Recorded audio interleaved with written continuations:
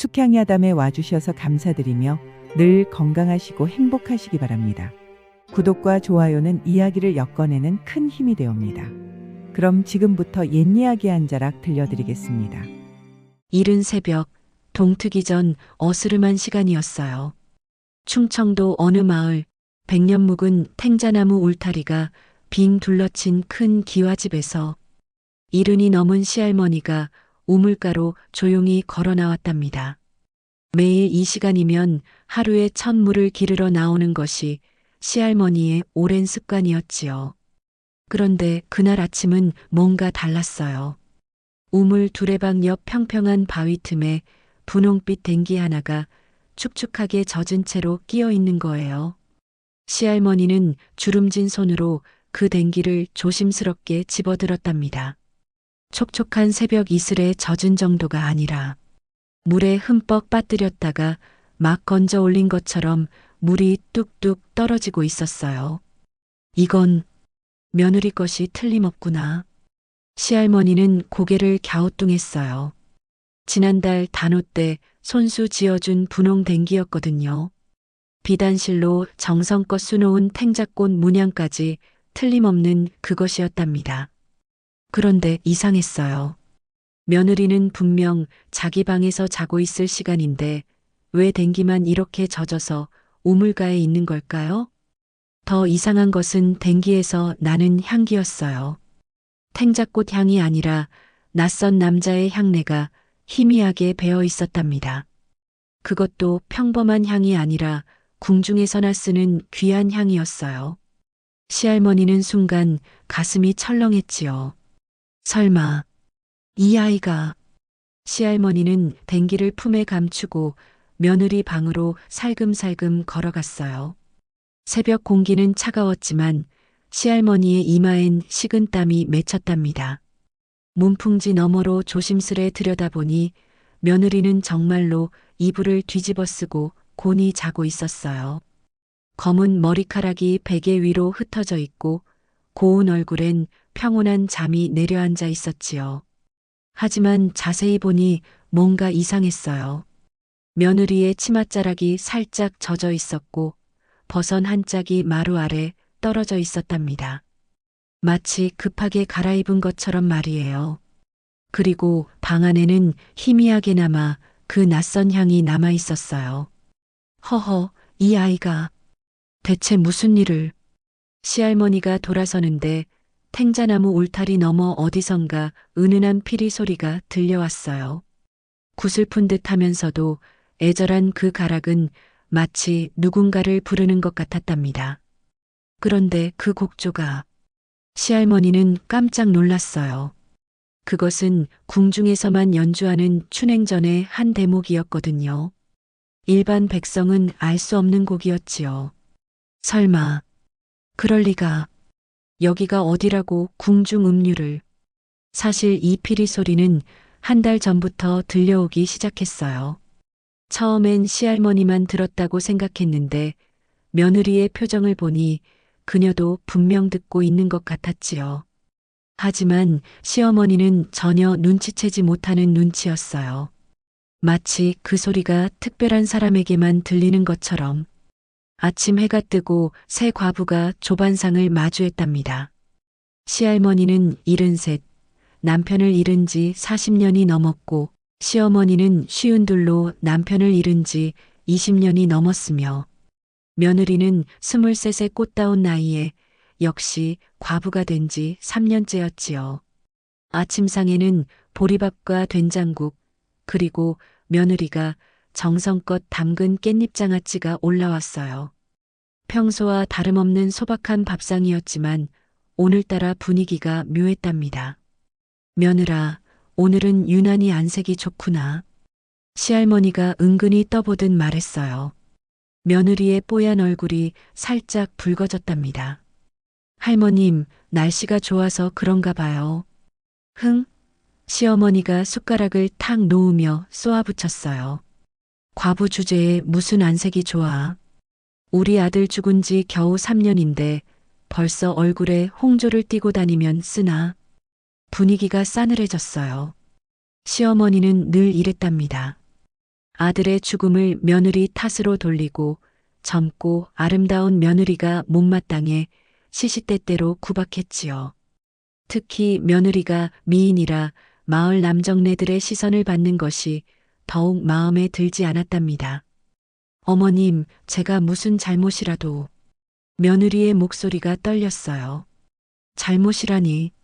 우리 아들이 너 같은 계집 때문에 속병이 들어 죽은 거 아니냐?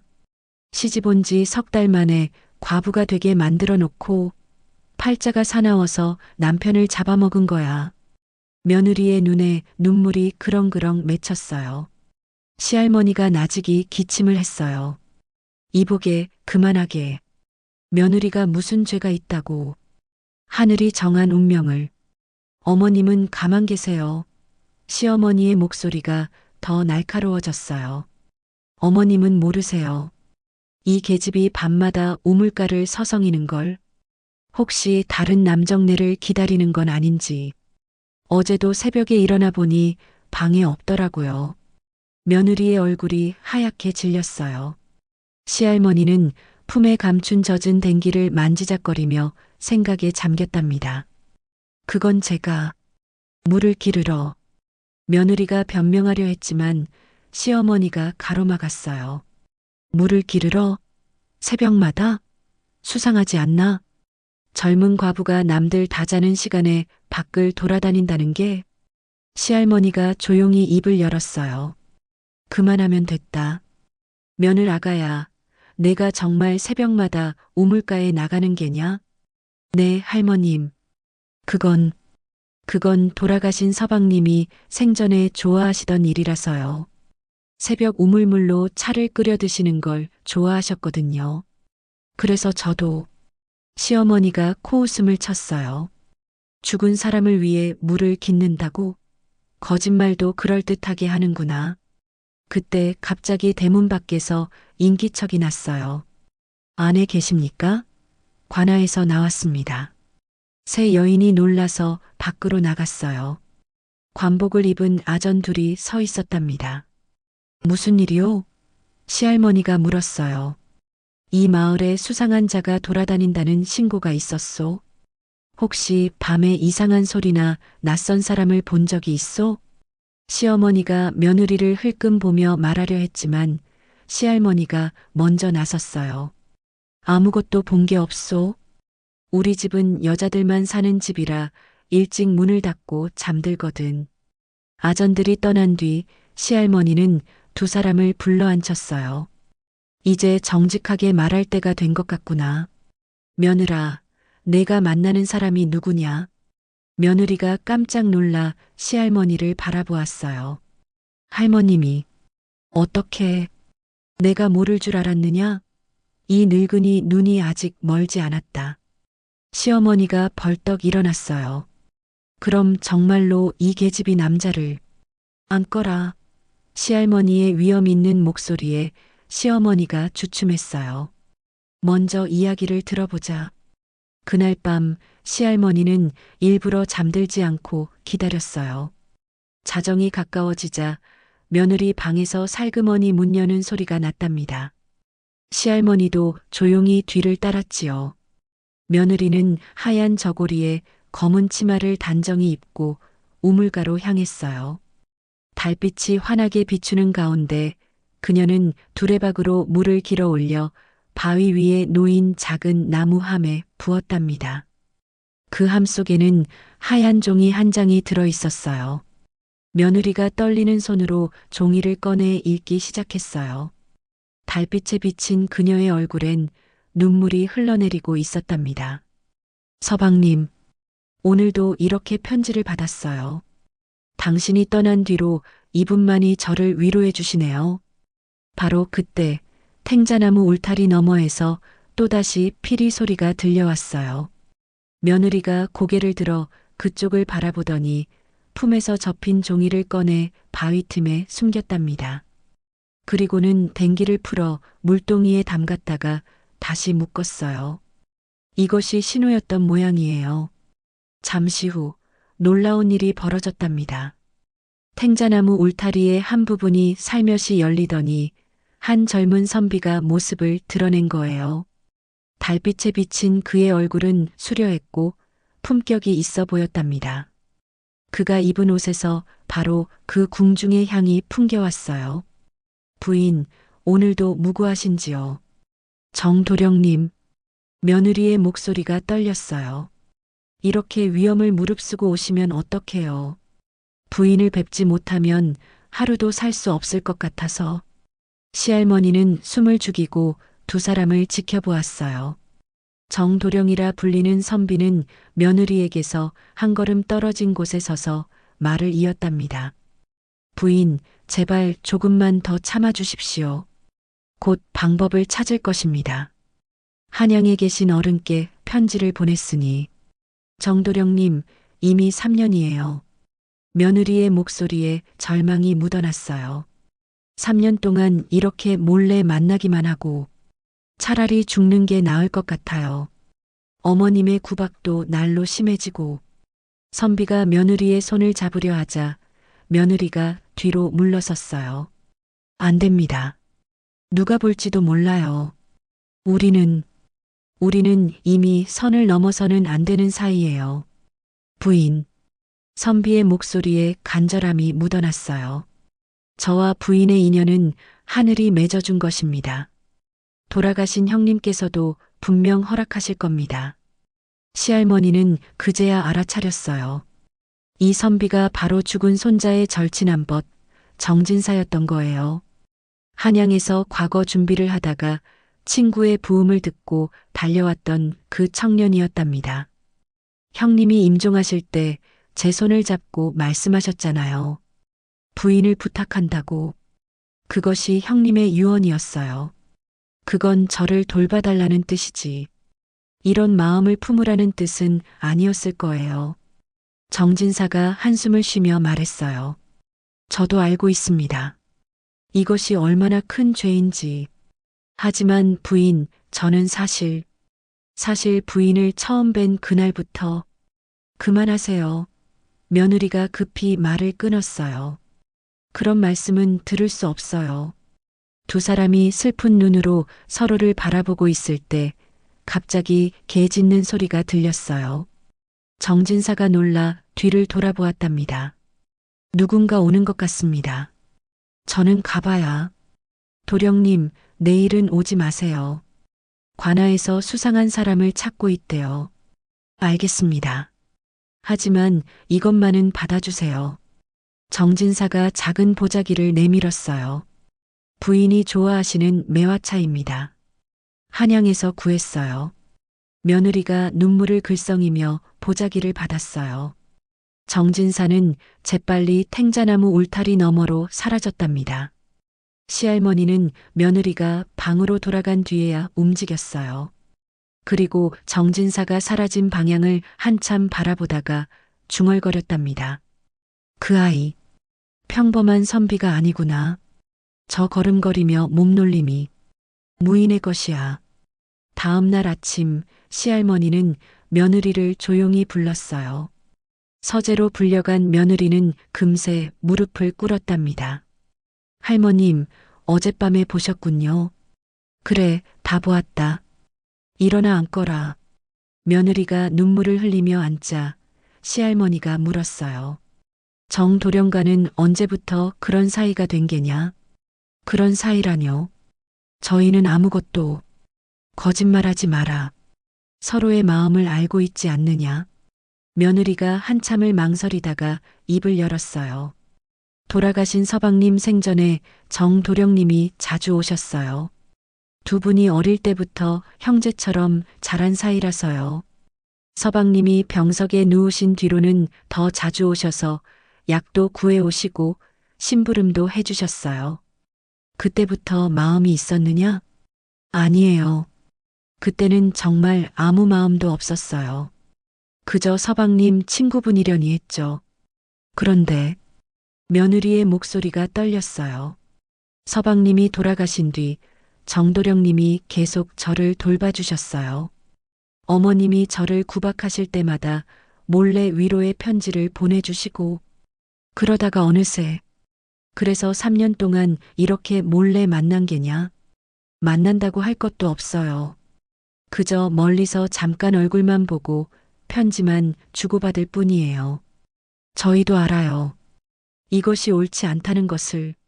하지만 할머님, 며느리가 시할머니를 애절하게 바라보았어요. 저도 사람이에요. 23세 과부가 되어 평생을 이렇게 살아야 한다는 게 너무 힘들어요.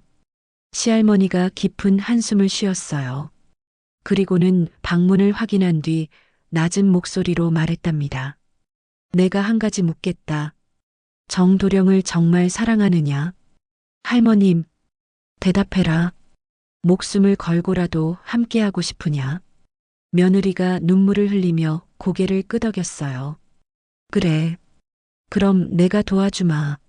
네. 며느리가 놀라 시할머니를 바라보았어요. 놀라지 마라.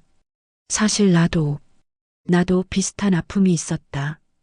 시할머니는 오래된 함을 열어 누런 종이 뭉치를 꺼냈어요. 이것이 무엇인지 아느냐? 모르겠어요, 할머님. 내가 젊었을 때 받았던 연서들이다. 하지만 나는 용기가 없어서 포기했지. 그리고 평생을 후회하며 살았다. 시할머니는 과거를 회상하며 말을 이었어요. 내가 사실은 궁중에서 일했던 사람이다. 궁중이요? 며느리가 깜짝 놀랐어요. 그래, 상궁이었지. 그것도 중전마마를 모시던 상궁이었다. 시할머니는 자신의 과거를 들려주었어요. 15세 궁에 들어가 30까지 상궁으로 일했고 어떤 사건으로 인해 궐을 나와 이 집에 시집 왔다는 것을요. 그 사건이 무엇이었는지는 말할 수 없다. 하지만 그때 나를 도와준 한 내관이 있었지. 우리는 서로 마음을 주고받았다. 하지만 내관과 상궁이 함께한다는 것은 상상도 할 수 없는 일이었지. 그럼 어떻게? 궐을 나온 뒤에도 그이가 편지를 보내왔다. 함께 도망가자고. 하지만 나는 이미 이 집 며느리가 되어 있었고 시부모님을 배신할 수 없었다. 그래서 포기했지. 그이는 평생 나를 기다리다가 작년에 세상을 떠났다더구나. 시할머니의 눈가가 촉촉해졌어요.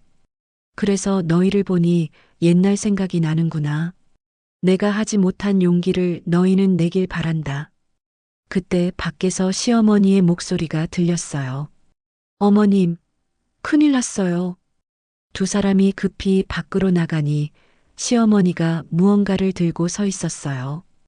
이것 좀 보세요. 마을 이장님이 가져왔어요. 그것은 관아의 방문이었답니다. 과부의 재가를 언금하며 만약 간통한 과부가 있으면 즉시 신고하라는 내용이었어요.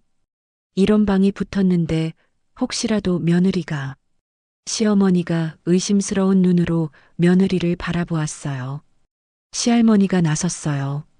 이보게, 그게 무슨 소리인가? 우리 손주 며느리가 그럴 리 있겠느냐? 하지만 어머님, 요즘 며느리 행동이. 바로 그때 대문 밖에서 또 인기척이 났어요. 김진사댁 어른 계시오? 나가보니 이웃 마을의 박첨지였어요. 급한 정갈이 있소. 정진사라는 젊은이를 아시오? 세 여인의 얼굴이 동시에 굳어졌어요. 왜 그러시오? 시할머니가 침착하게 물었어요. 그 사람이 간밤에 광군에게 잡혔소? 야간 통행 금지를 어기고 돌아다녔다고. 그런데 더 큰 문제는 어떤 부인에게 보내는 연서를 가지고 있었다는구려. 며느리가 그 자리에서 쓰러질 듯 비틀거렸어요. 시할머니가 재빨리 그녀를 부축했답니다. 그래서 어찌 되었소? 시어머니가 물었어요. 일단 옥에 가뒀는데 그 연서에 수신인을 대라고 한다네. 만약 되지 않으면 혹독한 형벌을 가할 거라고. 박첨지가 떠난 뒤 시어머니가 며느리를 노려보았어요. 설마 그 연서가 내게 온 건 아니겠지? 며느리가 대답도 못하고 떨고만 있자 시어머니가 머리채를 잡았어요. 이 천하의 못된 것. 정말로 내가 그 남자와. 그만. 시할머니가 호통을 쳤어요. 일단 손부터 놓아라. 어머님, 이 계집이 우리 집안을 망신시켰어요. 아직 확실한 것도 아닌데 왜 그러느냐. 며느라, 정직하게 말해라. 그 연서가 내게 온 게 맞느냐. 며느리가 눈물을 흘리며 고개를 끄덕였어요. 죽일년. 시어머니가 다시 달려들려 하자 시할머니가 막아섰어요. 이제 화낼 때가 아니다. 일단 정진사를 구해야 한다. 구하긴 뭘 구해요. 다 죽어 마땅한. 이보게. 시할머니의 눈빛이 날카로워졌어요.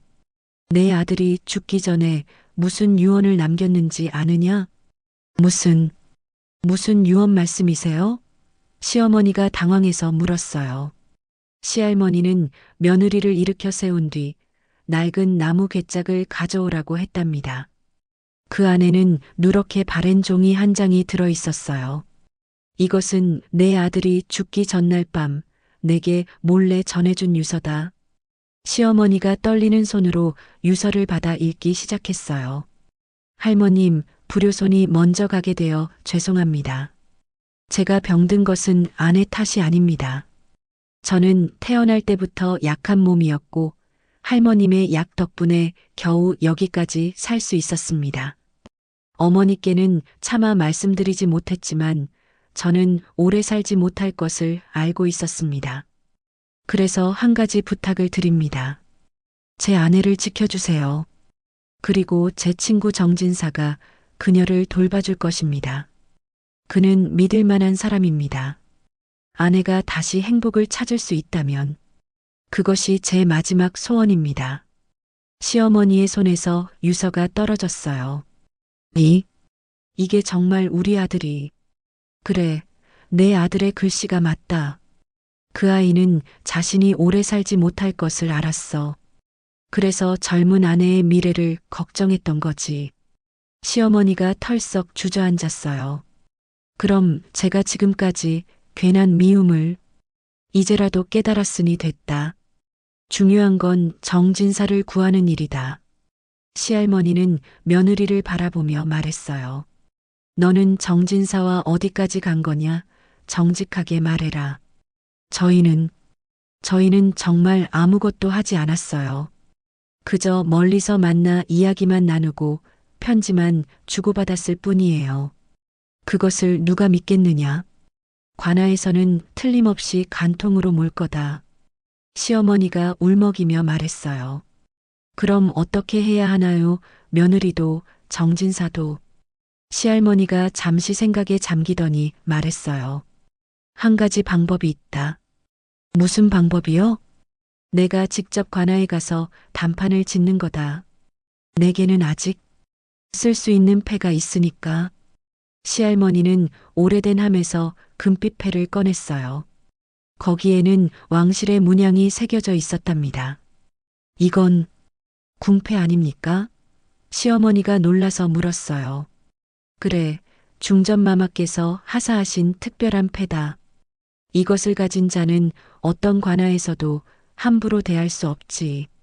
시할머니는 곧바로 관아로 향했어요.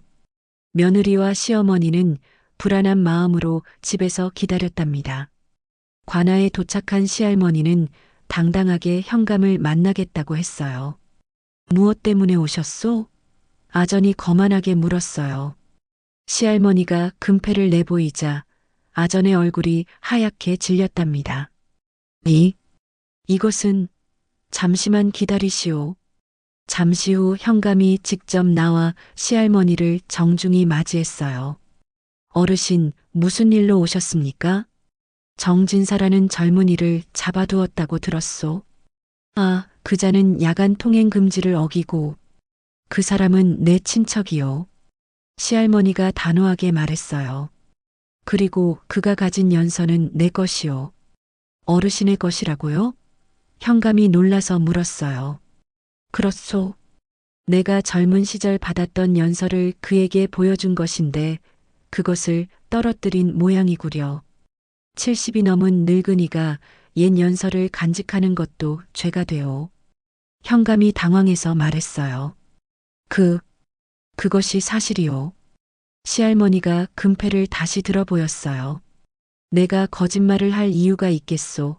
이 패가 무엇을 의미하는지 아시오. 중전마마의 특명이 없는 한 나를 함부로 할 수 없다는 뜻이오. 현감은 더 이상 따지지 못하고 정진사를 풀어주었답니다. 옥에서 나온 정진사는 상처투성이었어요.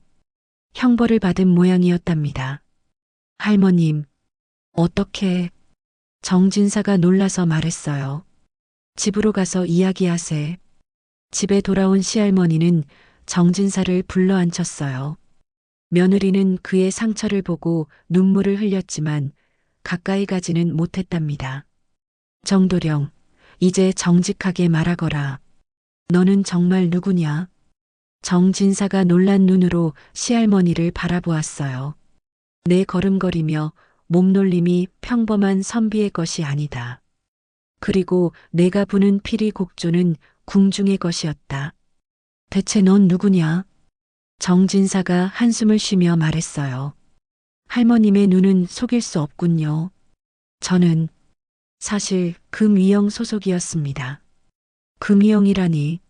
시어머니와 며느리가 동시에 놀랐어요. 네, 하지만 3년 전 어떤 사건에 연루되어 관직을 잃었습니다. 그 뒤로 과거 공부를 한다며 한양에 머물고 있었지요. 그 사건이 무엇이냐? 영모로 몰린 한 대신을 변호했다가 미움을 샀습니다. 사실 그 대신은 억울하게 누명을 쓴 것이었는데 제가 그것을 밝히려 하자 권력자들이 저를 제거하려 했습니다. 그래서 지금은 몸을 낮추고 있는 중입니다. 시할머니가 고개를 끄덕였어요. 그래서 이곳에 숨어 있었구나. 네, 그런데 형님. 아니, 이댁 자제분이 제 친구였고 그가 병들었다는 소식을 듣고 찾아왔다가 정진사가 며느리를 바라보며 말을 이었어요. 이분을 만나게 되었습니다. 처음엔 정말 친구의 부탁대로 돌봐드리려고만 했는데 어느새 마음이 그만 알겠다. 시할머니가 말을 끊었어요. 이제 중요한 것은 앞으로 어떻게 할 것인가다. 시어머니가 눈물을 닦으며 말했어요. 어머님, 이제 저도 알겠어요. 제 아들이 왜 정진사를 믿고 아내를 부탁했는지. 하지만 제가는 법으로 금지되어 있는데 법이 사람을 위해 있는 것이지 사람이 법을 위해 있는 것이 아니다. 시할머니가 단호하게 말했어요. 게다가 이 아이는 이미 한 번 죽을 고비를 넘겼어. 이대로 두면 정말로 목숨이 위험할 거야. 그때 며느리가 입을 열었어요. 할머님, 어머님, 저는 이제 떠나겠어요. 떠난다니? 시어머니가 놀라서 물었어요. 이대로는 모두가 위험해져요. 저 때문에 이 집안이 화를 입을 수는 없어요. 어디로 간단 말이냐? 시할머니가 물었어요. 죽은 것으로 하고 멀리 떠나려고요. 정도령님도 저와 함께. 안 된다. 시어머니가 갑자기 소리쳤어요. 모두가 놀라서 그녀를 바라보았답니다. 나도 이제 깨달았어. 내가 너무 미워했구나. 내가 내 아들을 죽인 게 아닌데. 오히려 아들이 죽을 때까지 정성으로 돌봐줬는데. 미안하다, 며느라. 시어머니가 며느리의 손을 잡고 울었어요. 이제라도 내가 도울게. 너희가 함께 할 수 있도록. 시할머니가 고개를 끄덕였어요. 좋다. 그럼 계획을 세워보자. 밤이 깊어가며 새 여인과 정진사는 머리를 맞대고 의논했답니다. 며느리가 물에 빠져 죽은 것으로 꾸미는 게 어떻겠소? 정진사가 제안했어요. 그것도 좋지만 시신이 없으면 의심받을 거다. 시할머니가 걱정했어요. 그때 시어머니가 말했어요. 제게 좋은 생각이 있어요. 우리 집안에 내려오는 전설이 하나 있거든요. 무슨 전설? 시할머니가 물었어요. 탱자나무의 저주라는 거예요. 이 집 여인들이 모두 젊어서 남편을 잃는 것이 탱자나무 때문이라는, 그리고 그 저주를 풀려면 젊은 과부가 스스로 목숨을 끊어야 한다는 그런 무서운 전설이.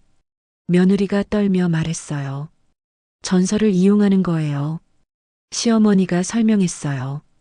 며느리가 저주를 풀기 위해 스스로 목숨을 끊었다고 하면 사람들이 믿을 거예요.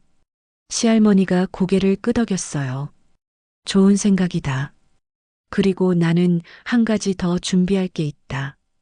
시할머니는 며느리에게 작은 약병을 건넸어요. 이것을 마시면 하루 정도 죽은 것처럼 보일 거다. 숨도 거의 쉬지 않고 맥도 뛰지 않지. 궁중에서 쓰던 비약이다. 그런 약이 있다니.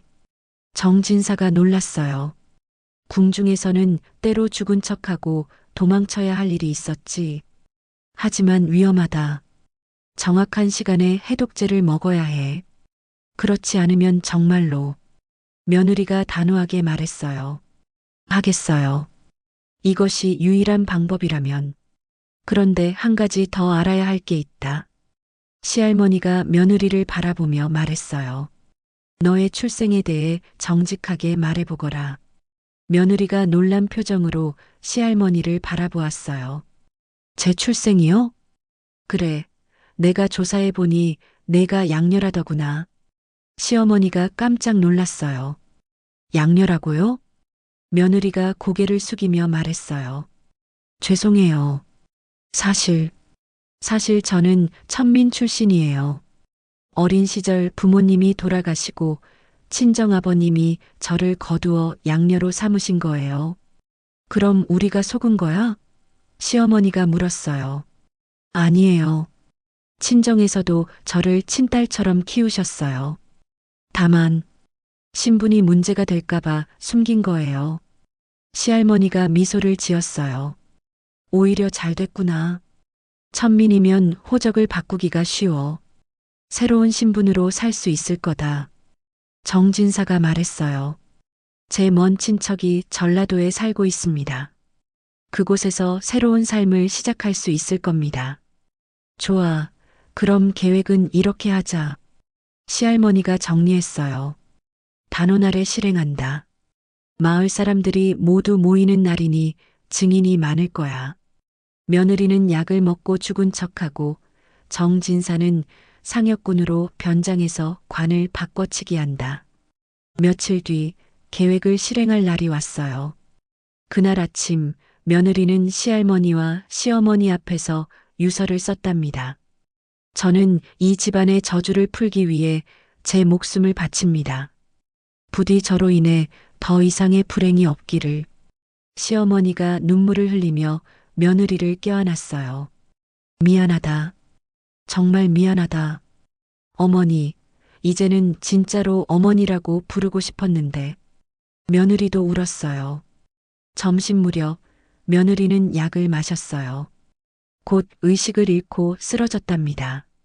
시할머니가 재빨리 맥을 짚어보고는 고개를 끄덕였어요. 됐다. 이제 사람들을 불러라. 시어머니가 밖으로 뛰어나가 소리쳤어요.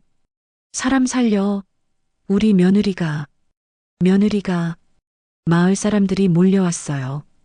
의원도 왔지만 이미 손 쓸 수 없다고 했답니다. 숨이 끊어진 지 한참 됐소. 애도를 표하오. 사람들은 수군거렸어요. 탱자나무의 저주라더니 정말이었구나. 불쌍한 것 젊은 나이에. 장례 준비가 시작되었어요. 시할머니는 특별히 관을 두껍게 준비하라고 했답니다. 그리고 관 안에 공기 구멍을 몰래 뚫어두었지요. 밤이 되자 정진사가 몰래 찾아왔어요. 그는 변장을 하고 상역군으로 위장했답니다. 준비됐습니까, 할머님? 그래, 하지만 시간이 중요하다. 내일 새벽까지는 해독제를 먹여야 해. 관을 묘지로 운구하는 길에 정진사는 미리 준비한 장소에서 관을 바꿔치기 했어요. 진짜 관은 정진사가 준비한 마차에 실었답니다. 새벽녘 깊은 산속 오두막에서 며느리가 깨어났어요. 정진사가 해독제를 먹인 덕분이었답니다. 부인, 정신이 드십니까? 정도령님, 성공한 건가요? 네, 이제 부인은 이 세상에서 죽은 사람입니다. 며느리가 눈물을 흘렸어요. 할머님과 어머님께 인사도 못 드리고, 걱정 마세요. 두 분이 이 편지를 전해달라고 하셨습니다. 정진사가 건넨 편지를 읽으며 며느리는 또다시 울었어요. 거기엔 시할머니와 시어머니의 축복과 당부가 담겨 있었답니다. 이제 가야 합니다. 날이 밝기 전에 이곳을 떠나야 해요. 두 사람은 준비된 마차를 타고 전라도를 향해 떠났어요. 새로운 삶을 향한 긴 여정이 시작된 것이었답니다. 며느리의 장례를 치른 뒤 시할머니와 시어머니는 탱자나무 아래 앉아 있었어요. 온 마을 사람들이 조문을 다녀갔고 이제는 조용한 저녁이 되었답니다. 정말 잘한 일일까요, 어머님? 시어머니가 물었어요. 그래, 잘한 일이다. 이제 그 아이들은 자유롭게 살 수 있을 거야. 하지만 다시는 못 만나겠네요. 그렇지 않을 거다. 언젠가는 다시 만날 날이 올 거야. 시할머니는 탱자나무를 쓰다듬으며 말했어요. 이 나무가 우리 집안의 모든 비밀을 알고 있지. 100년이 넘은 나무니까. 언젠가 이 나무 아래서 다시 만날 거야. 한편 정진사와 며느리는 전라도에 무사히 도착했어요. 정진사의 먼 친척은 그곳에서 서당을 운영하는 선비였는데 사정을 듣고 기꺼이 도와주었답니다. 이제부터 너희는 내 조카 부부다. 한양에서 병을 치료하러 내려온 것으로 하자. 며느리는 새로운 이름을 얻었어요. 정씨 부인이 된 거였죠. 두 사람은 작은 초가집을 얻어 새 삶을 시작했답니다. 석 달 뒤 시할머니에게 편지가 하나 도착했어요. 보낸 사람은 없었지만 시할머니는 누구인지 알 수 있었답니다. 할머님, 어머님 잘 지내시는지요? 저희는 무사히 도착해서 새 삶을 시작했습니다.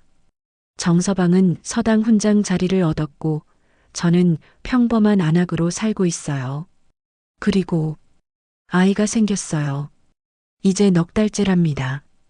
할머님과 어머님의 은혜는 영원히 잊지 못할 거예요.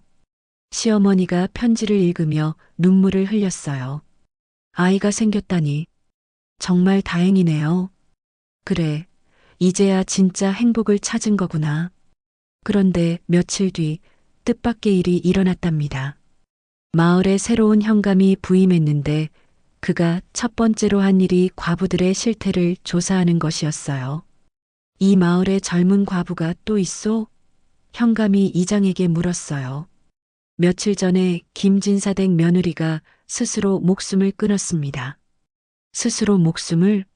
왜? 탱자나무의 저주 때문이라고들 하는데 현감이 의심스러운 눈으로 말했어요. 그 집을 직접 방문해 봐야겠소. 시할머니와 시어머니는 현감의 방문을 받고 당황했어요. 하지만 시할머니는 침착하게 대응했답니다. 저희 며느리는 정말로 죽었소? 온 마을 사람이 증인이요. 하지만 뭔가 석연치 않소. 혹시 죽은 척하고 도망간 것은 아니오? 시할머니가 금패를 꺼내 보였어요. 현감 나으리, 이것이 무엇인지 아시오? 현감의 얼굴이 굳어졌어요. 이것은 궁패가 아니오. 맞소. 나는 전상궁이요. 그리고 우리 며느리의 죽음은 왕실과도 관련이 있소. 왕실과 관련이 있다니? 시할머니는 능숙하게 거짓말을 지어냈어요. 사실 우리 며느리는 역적으로 몰린 한 대신의 먼 친척이었소. 그래서 스스로 목숨을 끊어 가문의 명예를 지킨 것이요. 이 일을 더 파헤치면 나으리도 곤란해질 거요. 현감은 더 이상 캐묻지 못하고 물러갔답니다. 왕실이 연관된 일에는 함부로 관여할 수 없었거든요. 그로부터 1년이 지났어요. 어느 봄날 탱자꽃이 만발했을 때 낯선 행상이 집으로 찾아왔답니다. 탱자청을 사지 않으시겠소? 시어머니가 나가보니 행상은 얼굴을 깊이 가린 채였어요. 하지만 그 목소리는 정서방? 행상이 고개를 끄덕였어요. 시어머니가 급히 그를 안으로 들였답니다. 어떻게 온 거요? 위험한데. 잠시만 들렀습니다. 부인이 꼭 전해드리고 싶다고. 정진사가 보자기를 풀었어요. 그 안에는 갓난아기가 자고 있었답니다. 통통한 볼에 까만 머리, 영락 없이 정진사를 닮은 사내아이였어요. 아이고, 이 아이가. 시할머니가 아기를 안아들었어요. 참 잘생겼구나. 아비를 닮았네. 이름은 탱수라고 지었습니다. 이 집 탱자나무를 기억하며 살라고요. 시어머니가 눈물을 흘리며 아기를 안았어요. 우리 손자. 정말 우리 손자구나. 정진사가 또 다른 보자기를 꺼냈어요. 그 안에는 편지와 작은 주머니가 있었답니다. 부인이 직접 쓴 편지입니다. 그리고 이것은 탱자 씨를 말린 거예요. 저희가 사는 곳에도 탱자나무를 심으려고요. 편지에는 이렇게 적혀 있었어요. 어머님, 할머님, 보고 싶어요. 매일 꿈에서 뵙고 있어요. 이제 저는 정말로 행복해요. 남편도 있고, 아이도 있고, 비록 다른 이름으로 살고 있지만, 마음만은 여전히 그 집 며느리예요. 탱수가 크면 꼭 이야기해 줄 거예요. 할머니와 할머니가 얼마나 훌륭한 분들인지, 그리고 우리를 위해 얼마나 큰 용기를 내주셨는지. 정진사가 떠나기 전에 시할머니가 금덩이를 건넸어요. 이것을 가져가거라. 아이 키우는 데 쓰도록. 할머님, 이건 너무. 내가 상궁 시절에 모은 거다. 이제 쓸 곳이 생긴 거지. 정진사가 떠난 뒤 두 사람은 한참을 탱자나무를 바라보았어요. 어머님, 정말 잘한 일이에요. 시어머니가 말했어요. 그래, 우리 모두 잘한 거야. 법과 편견을 넘어선 용기를 낸 거지. 세월이 흘러 시할머니가 85세로 임종을 맞았어요. 마지막 순간 시할머니는 시어머니의 손을 잡고 말했답니다. 내 평생 한 번의 후회가 있었다. 젊은 날 사랑을 포기한 것. 하지만 우리 며느리를 통해 그 한을 풀었구나. 고맙다. 모두 고맙다. 시할머니가 눈을 감은 그날 한겨울인데도 탱자나무에 꽃이 피었어요. 온 마을 사람들이 신기해하며 구경 왔답니다. 이게 무슨 조화야? 시할머니의 혼이 꽃이 된 거 아닐까? 시할머니의 장례 뒤 시어머니는 탱자나무 집을 지키며 살았어요. 가끔 마을의 젊은 과부들이 찾아와 고민을 털어놓곤 했답니다. 어르신, 저도 재가를 하고 싶은데 어떻게 해야 할까요? 시어머니는 시할머니처럼 지혜롭게 조언해 주었어요. 때로는 도망갈 수 있도록 도와주기도 했답니다. 10년이 지난 어느 날 한 젊은 관리가 마을을 찾아왔어요. 훤칠한 키에 단정한 모습의 청년이었답니다. 혹시 이곳이 탱자나무 집입니까? 그렇소. 누구를 찾으시오? 시어머니가 물었어요. 청년이 깊이 절을 했어요. 할머니, 저예요. 탱수예요. 아이고, 탱수야. 15살이 된 탱수는 과거 시험을 보러 한양에 가는 길에 들른 거였어요. 어머니가 꼭 들르라고 하셨어요. 그리고 이걸 전해드리래요. 탱수가 건넨 것은 정성껏 수놓은 병풍이었어요. 탱자나무와 새 여인이 그려져 있었는데 모두 행복하게 웃고 있었답니다. 어머니가 직접 수놓으신 거예요. 10년이나 걸렸대요. 시어머니가 병풍을 펼치며 눈물을 흘렸어요. 정말 잘 자랐구나. 탱수는 또 말했어요. 저는 꼭 과거의 급제에서 이 나라의 법을 바꾸고 싶어요. 과부도 당당히 제가 할 수 있도록요. 그래, 그래야지. 너라면 할 수 있을 거야. 탱수가 떠나기 전 시어머니는 시할머니의 유품인 금패를 건넸어요. 이것을 가져가거라. 언젠가 내게 도움이 될 거다. 할머니, 이건 너무 귀한 시할머니의 뜻이실 거야. 이것으로 옳은 일을 하렴. 5년 뒤 탱수는 정말로 과거에 장원급제했어요. 그리고 젊은 관리들과 함께 개혁을 주장했답니다. 그 중 하나가 바로 과부 제가에 대한 완화였어요. 비록 당장은 받아들여지지 않았지만 계속된 노력 끝에 마침내 조정에서도 논의가 시작되었답니다. 특히 탱수가 올린 상소문은 많은 이들의 마음을 움직였어요. 이 나라에는 많은 젊은 과부가 있으며 그들은 법의 굴레 때문에 평생을 외롭게 살고 있습니다. 하늘이 맺어준 인연도 인간이 만든 법 앞에서는 무력했습니다. 법은 사람을 위해 있어야 하는데 도리어 사람이 법의 노예가 되어 있으니 이 어찌 올바른 일이겠습니까? 그의 상소문을 읽은 임금도 깊이 생각에 잠겼다고 해요. 또 10년이 흘렀어요. 이제 탱수는 정삼품 당상관이 되었고 부모님과 함께 한양에 살고 있었답니다. 며느리도 이제는 머리에 서리가 내린 중년 부인이 되었지요. 어느 날 며느리가 시어머니를 찾아왔어요. 이제는 당당하게 숨지 않고 말이에요. 어머니, 그동안 정말 보고 싶었어요. 아이고, 며느라, 이제야 오는구나. 두 사람은 탱자나무 아래서 부둥켜 안고 울었어요. 30년 만에 재회였답니다.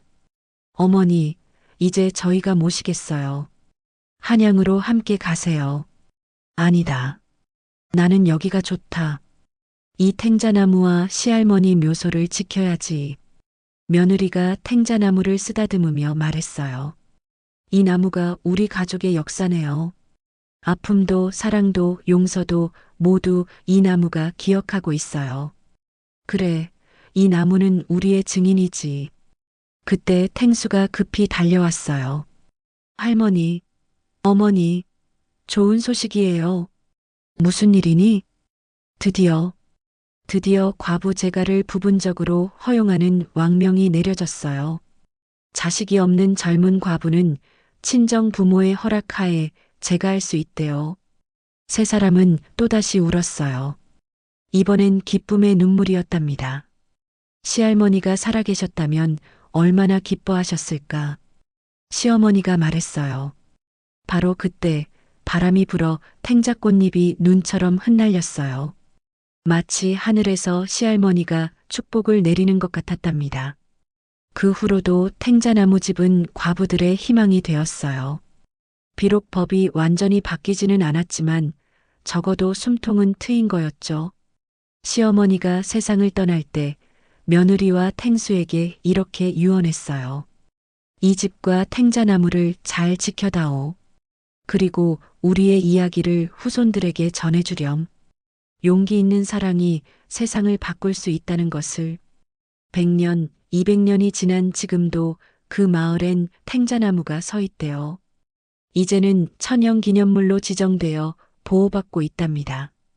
봄이면 하얀 꽃이 피고 가을이면 노란 열매가 맺히는 그 나무 아래는 연인들의 명소가 되었어요. 사람들은 그 나무 아래서 영원한 사랑을 맹세한답니다.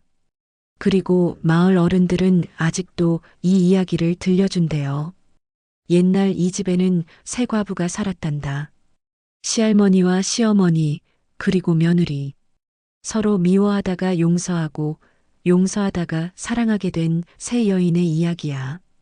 그들이 보여준 용기가 이 나라의 법도 바꾸었지. 누군가는 믿지 않아요. 그저 전설일 뿐이라고. 하지만 탱자나무 밑동에 새겨진 글귀를 보면 알 수 있답니다. 사람이 법에 앞서고 미움보다 용서가 강하다. 새 과부 올림. 이것이 바로 탱자나무 집 새 과부의 이야기예요. 조선시대 여자로 태어나는 것이 죄였던 시절, 과부로 사는 것이 형벌이었던 시절, 그 시절을 살았던 용기 있는 여인들의 이야기.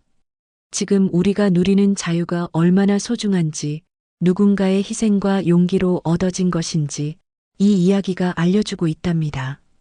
여러분도 탱자꽃 향기를 맡으면 기억해 주세요. 새 과부의 눈물과 웃음을, 그들의 아픔과 사랑을, 그리고 무엇보다 그들의 용기를